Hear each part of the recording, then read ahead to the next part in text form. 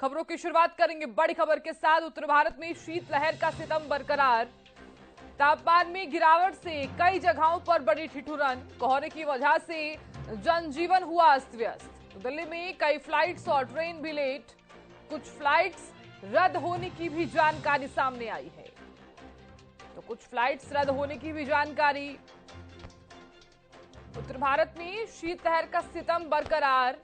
तो ठंड का प्रकोप लगातार जारी है। अब देखिए, ठंड से बचने के लिए लोग जो हैं अलाव का सहारा ले रहे हैं। कोहरे की वजह से जनजीवन लोगों का अस्त व्यस्त हो गया है।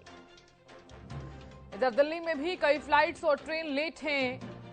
कुछ फ्लाइट्स रद्द होने की भी जानकारी सामने आई है। उत्तर भारत में शीतलहर का सितम बरकरार।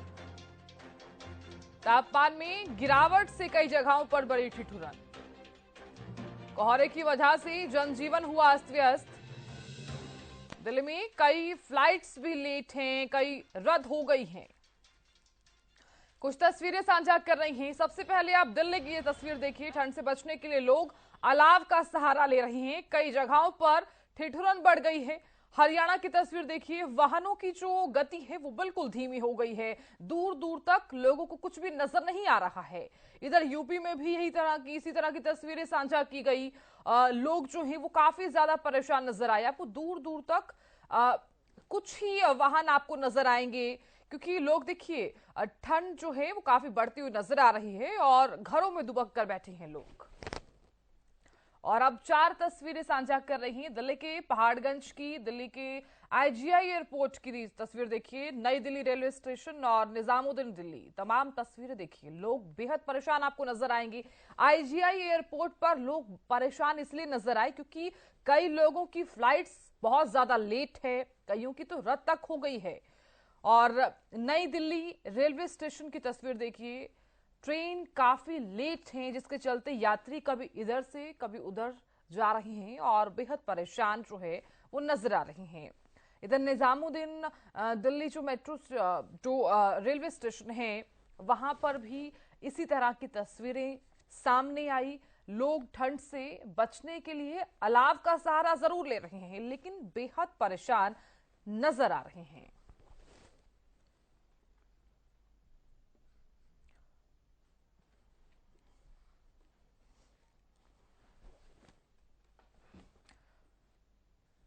चलिए अब आपको कोसली और सोनीपत लिए चलते हैं। कोसली से मेरे सहयोगी साहिल जुड़ गए हैं और सोनीपत से मेरे सहयोगी लाजपत जुड़ गए हैं। लाजपत, सबसे पहले आपका रुख करना चाहूंगी मैं, क्योंकि ठंड का प्रकोप लगातार जारी है और आपको देखने के बाद तो जरूर नजर आ रहा है कि ठंड बहुत ज्यादा बढ़ गई है।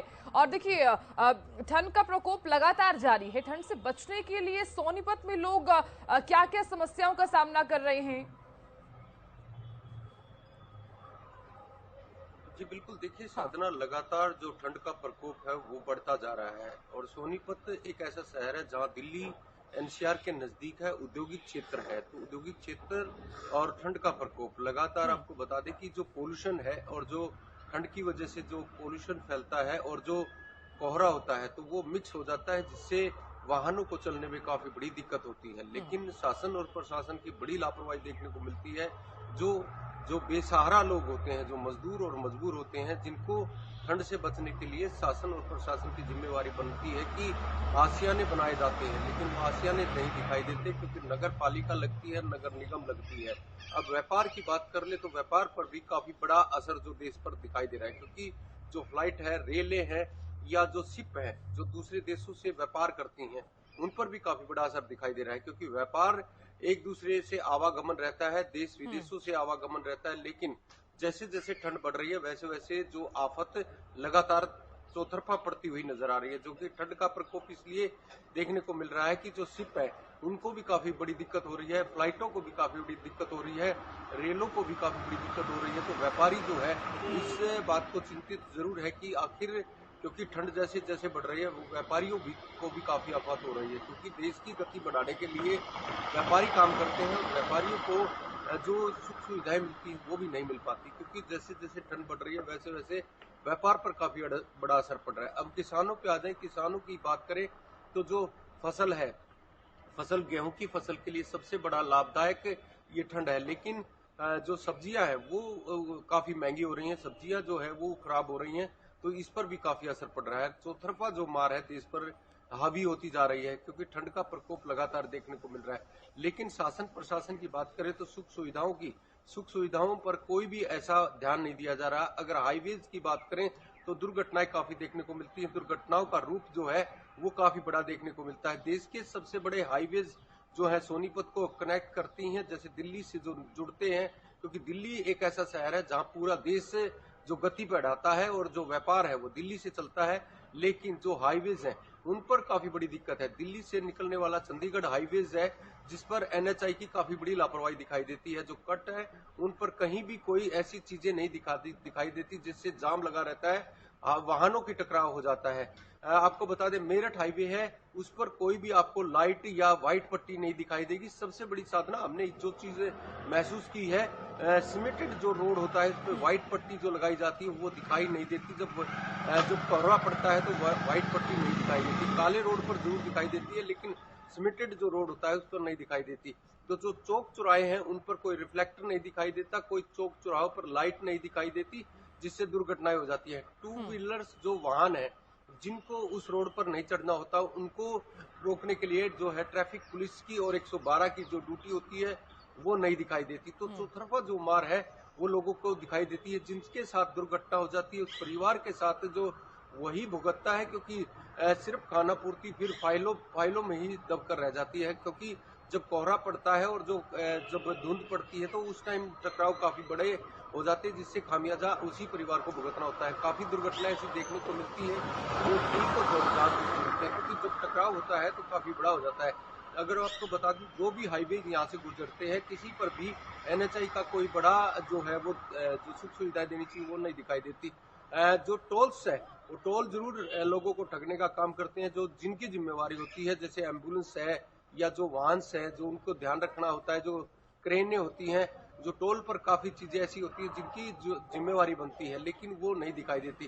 केएमपी केजीपी एक ऐसे जो रोड है जो काफी राजस्थान हरियाणा यूपी को जोड़ता है, काफी बड़ा हाईवेज है, जिस पर देश के प्रधानमंत्री ने उद्घाटन किया था। मुख्यमंत्री हरियाणा कट्टर मुख्यमंत्री ने उद्घाटन किया था, लेकिन हाईवे की उसकी भी बुरी हालत है। कहीं पर जंपिंग लगती है तो गाड़ियां जो है 100 की स्पीड से अधिक दौड़ती हैं और जिनसे काफी बड़ा दुर्घटना हो जाती है। लगातार जो हम जनता को बताते हैं, लेकिन जो है सरकार और प्रशासन की जिम्मेवारी बनती है, लेकिन बिल्कुल अनदेखी का लाजपत, जो देखिए शिकार सरकार और वही लोग प्रशासन होते हैं की जिनके साथ दुर्घटना जिम्मेदारी जो होती है है। वो जरूर बनती है। मैं लौटूंगी आपके पास, मेरे सहयोगी साहिल भी लगातार बने हुए हैं। साहिल, अभी फिलहाल जिस जगह पर आप मौजूद हैं ठंड का प्रकोप लगातार जारी है और लोग ठंड से बचने के लिए अलाव तक का सहारा ले रहे हैं। अभी वहां पर कितनी समस्या लोगों को हो रही है ठंड से? जी बिल्कुल साधना, मैं आपको बताना चाहूंगा कि ठंड अभी इतना मिजाज बदल रही है। जैसा कि आप मेरे पीछे देख रहे हैं तो साफ तौर पर धुंध नजर आ रही है। भाई तापमान की अगर बात करें तो सुबह के समय में 4 से 6 डिग्री तक दर्ज किया जा रहा है, जिसकी वजह से वाहनों के पहिए पर ब्रेक लग गया है। इसके साथ ही शीतलहर भी चल रही है। मौसम विभाग की ओर से अलर्ट जारी किया गया है कि आने वाले कुछ समय तक मौसम ऐसा ही रहेगा, जिसकी वजह से लोगों को काफी परेशानियों का सामना करना पड़ेगा। जी बिल्कुल साहिल। लाजपत, देखिए क्योंकि ठंड का प्रकोप जरूर लगातार जारी है, लेकिन किसानों के लिए हम कह सकते हैं कि ये कोहरा काफी ज्यादा फायदेमंद है उनकी फसलों के लिए। कौन कौन सी ऐसी फसलें हैं जिनके लिए कोहरा फायदेमंद है? क्या सोनीपत में भी तमाम किसानों से आपकी बातचीत हुई? क्या वहां पर किसान खुश नजर आए हैं? तमाम सब्जियों को लेकर हालांकि रेट जो है वो काफी बढ़ भी गए हैं।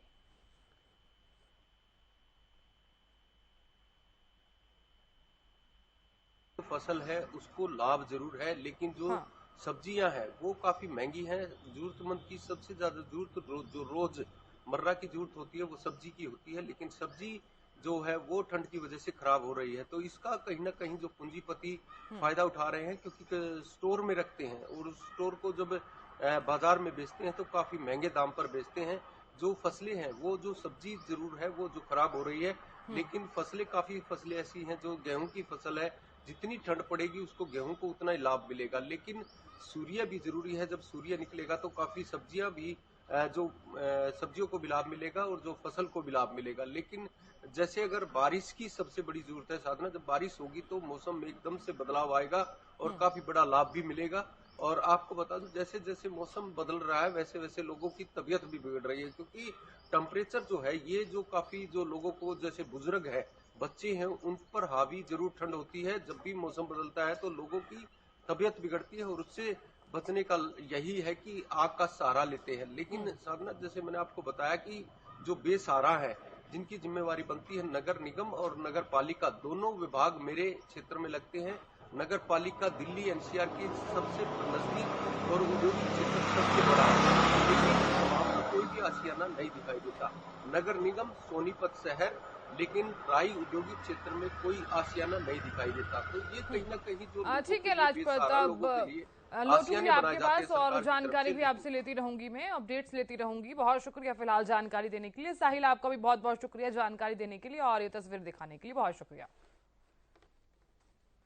तो देखिए, ठंड का प्रकोप लगातार जारी है, लोग बेहद परेशान नजर आ रहे हैं और लेकिन किसानों के लिए सर्दी जरूर फायदेमंद है। सब्जियों के रेट बढ़ गए हैं, ठंड के चलते फ्लाइट्स लोगों की डिले हो गई है, कई लोगों की तो फ्लाइट्स रद्द तक हो गई हैं। लेकिन इस बीच कोहरा जो है वो उसकी वजह से जनजीवन अस्त व्यस्त हो गया है। लेकिन सहारा जो है वो अलाव का सहारे हैं लोग, और चाय की सुस्कियों के साथ लोगों के दिन की शुरुआत हो रही है।